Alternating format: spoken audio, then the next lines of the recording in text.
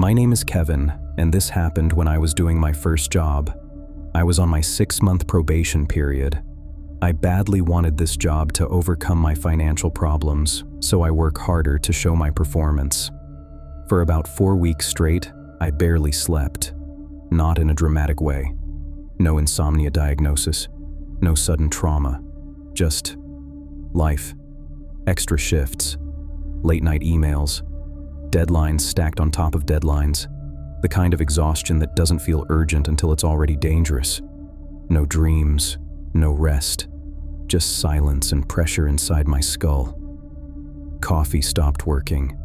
Energy drinks stopped working. I started forgetting small things, but I told myself it was temporary, and once things slowed down, I'd catch up. I was convincing myself that I'd sleep properly next weekend, but that weekend never came. The last clear memory I have is coming home late one night, just late enough that the building hallway was quiet and the lights felt harsher than usual. I remember fumbling with my keys longer than I should have. Inside my apartment, everything looked normal, but it felt distant, like I was moving through a place I hadn't been in a long time. I didn't turn on any extra lights, didn't even think about changing my clothes. I sat on the edge of the bed, telling myself I'd lie down for just a second, just long enough to let the buzzing in my head calm down. I remember feeling the mattress dip under my weight, feeling how warm the room was, how heavy my eyelids felt.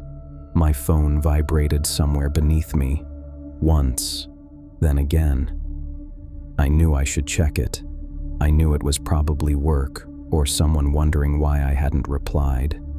But the effort it took to move suddenly felt unreasonable, like lifting my arm would take more energy than I had left. I told myself I'd check it in a moment. That moment never came. When I woke up, my eyes were already open. I didn't remember opening them. I was staring at the ceiling. The room was perfectly still. I could see every detail clearly, the faint discoloration in the paint, the shadow where the light fixture met the ceiling. My vision wasn't blurry or foggy like it usually is when you wake up. I tried to blink just to reset my eyes. Nothing happened. That's when I realized something was off. I tried to move my fingers, then my hand, then my arm. Nothing.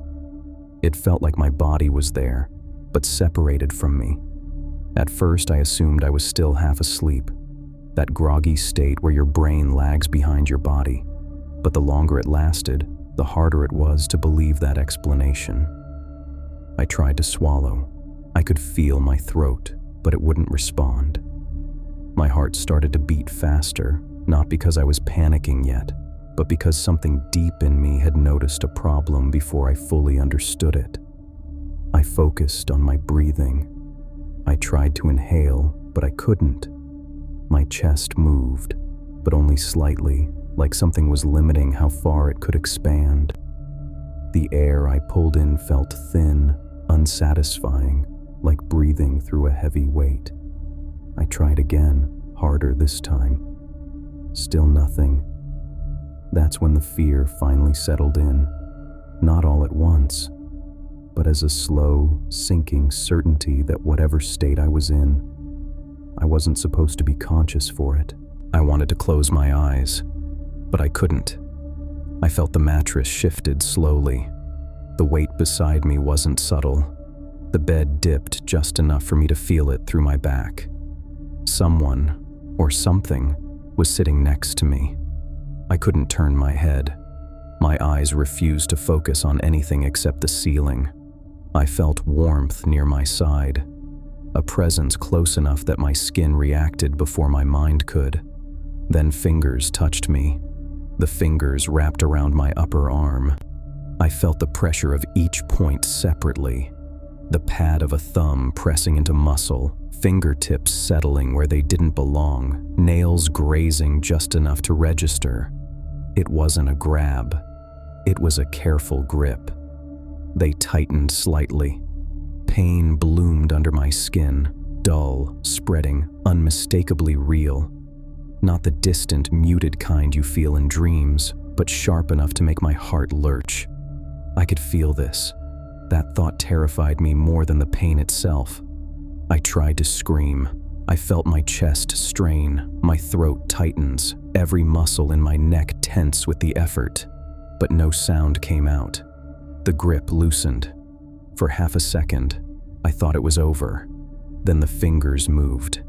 They slid along my arm slowly, deliberately, like they were learning the shape of me, tracing, exploring, taking their time. Each inch they traveled made my skin crawl, my mind screaming louder than my mouth ever could. Something leaned closer to my face. I felt breath against my cheek, warm and slow. I could sense a face, an inch from mine, even though I couldn't see it. The air felt heavier. Then it whispered, not loudly, not urgently. I couldn't understand the words, but I knew they were meant for me. At some point, the pressure faded. The hands withdrew. The presence lifted from the bed. I remember thinking I was about to move, about to sit up. Then everything went dark. Not sleep, not unconsciousness, just absence. When I came back, sunlight was filling the room. My body felt wrong, heavy, weak, stiff in places that didn't make sense. I sat up too fast and nearly blacked out. My clothes were wrinkled, my mouth tasted stale. My limbs ached like I'd been immobile for far too long. In the bathroom mirror, I looked pale. The dark bruises and marks along my ribs and arms were unmistakable. They were oval-shaped, finger-shaped. I stood there trying to recall when I could have gotten them. Nothing came to my mind. I thought of meeting a doctor. That's when I took my phone to make an appointment. The phone was on the bed, not the place where I normally keep it. That's when I realized. My phone was full of missed calls and messages, voicemails that sounded increasingly worried. Some were from yesterday, some were older. I checked the date, then checked it again. My stomach dropped. I hadn't slept overnight. I'd been out for nearly 1.5 days. That day evening itself, I met a doctor and explained everything happened. They asked about drugs, alcohol, trauma. They ran tests. Nothing came back abnormal. Eventually, they referred me to a psychiatrist. He listened carefully, took notes.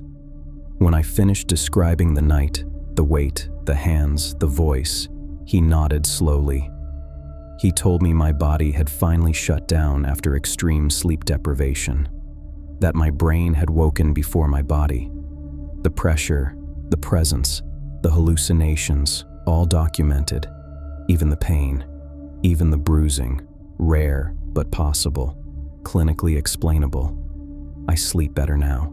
I follow schedules. I listen to my body. But sometimes, when I wake up suddenly in the dark, my chest still feels heavy. And for just a second, I feel like I'm not alone.